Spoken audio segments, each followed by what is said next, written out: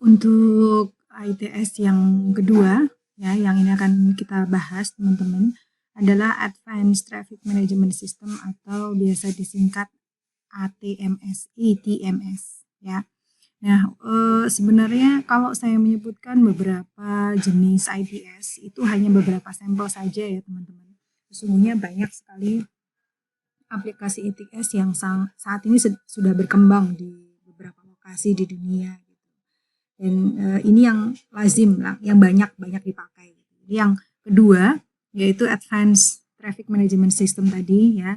Ini merupakan aplikasi untuk memberikan info real time tentang lalu lintas kepada pengguna jalan. Jadi maksudnya misalnya contohnya adalah kalau teman-teman melewati suatu jalan gitu, dan di sana di jalan tersebut ada informasi misalnya seperti yang di sini contohnya ya, misalnya di kota Surakarta, di sini disebutkan pada suatu ruas jalan tersebut disebutkan misalnya Solo Klaten lancar, ramai lancar.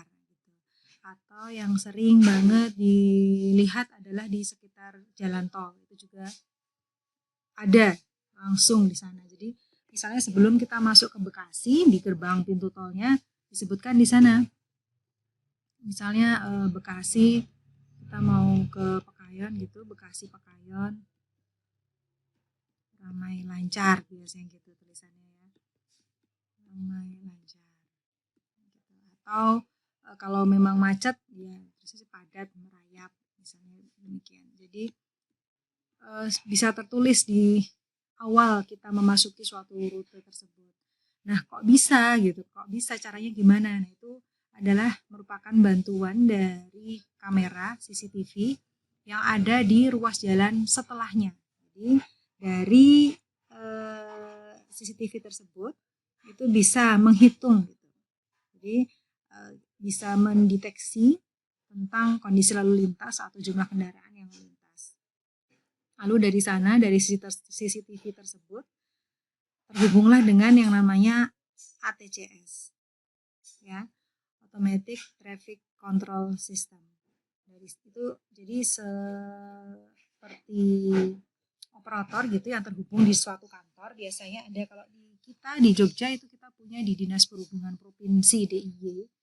Jadi dari beberapa kamera itu bisa kita ketahui bagaimana kondisi jalan yang akan kita tempuh gitu, ya.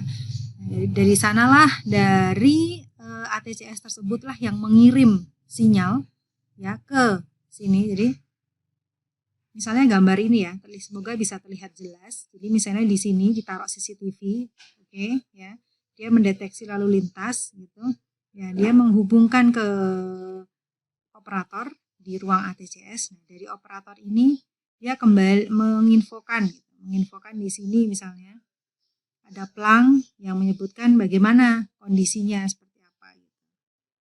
Nah, itu real time. Jadi saat itu juga seperti apa kondisi di ruas jalan tujuan.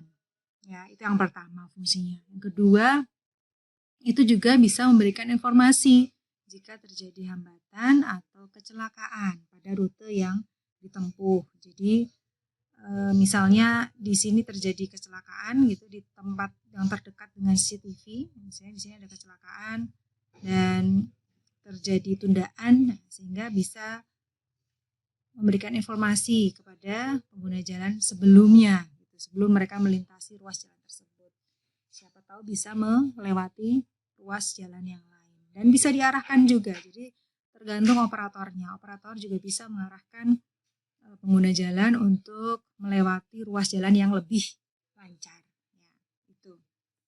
Jadi input data diperoleh dari CCTV, traffic analyzer, traffic counter. Nah, outputnya yang ini tadi ya, tulisan ini adalah disebut sebagai variable message sign, VMS. Atau bisa juga dari radio, melalui radio atau call center.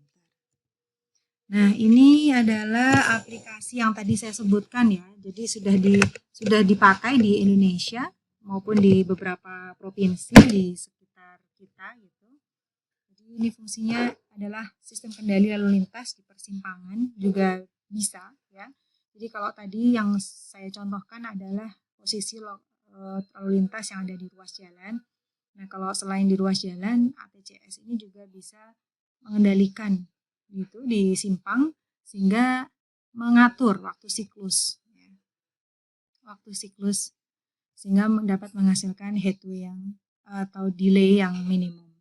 Jadi kalau teman-teman lihat di sebelah kiri ini adalah lokasi dari di Universitas of Maryland. Jadi ATCS di sana dipakai juga sebagai lab gitu, menghitung jumlah kendaraan dan menganalisisnya.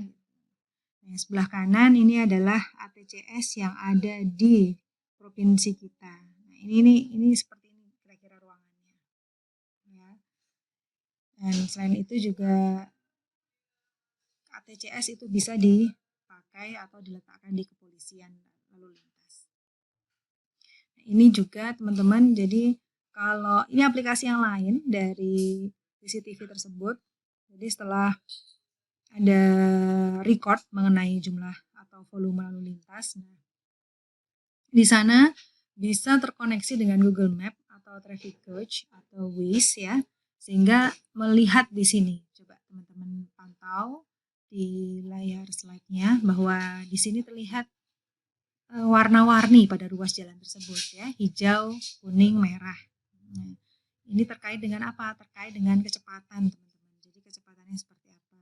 Ketika kecepatannya itu kalau di sini ya sebagai penjelasan, sebagai perkiraan, ketika warnanya merah di beberapa lokasi begitu, nah itu berarti mengindikasikan bahwa speednya antara 0 sampai 15 km per jam. Nah kalau yang warna hijau itu berarti speednya lebih dari 50 km. Mungkin teman-teman sudah lazim ya menggunakan di aplikasi di gadget teman-teman ketika membuka Google Map misalnya, dan di sana terlihat mana jalan-jalan yang warnanya merah, sehingga pasti terjadi antrian kendaraan di situ.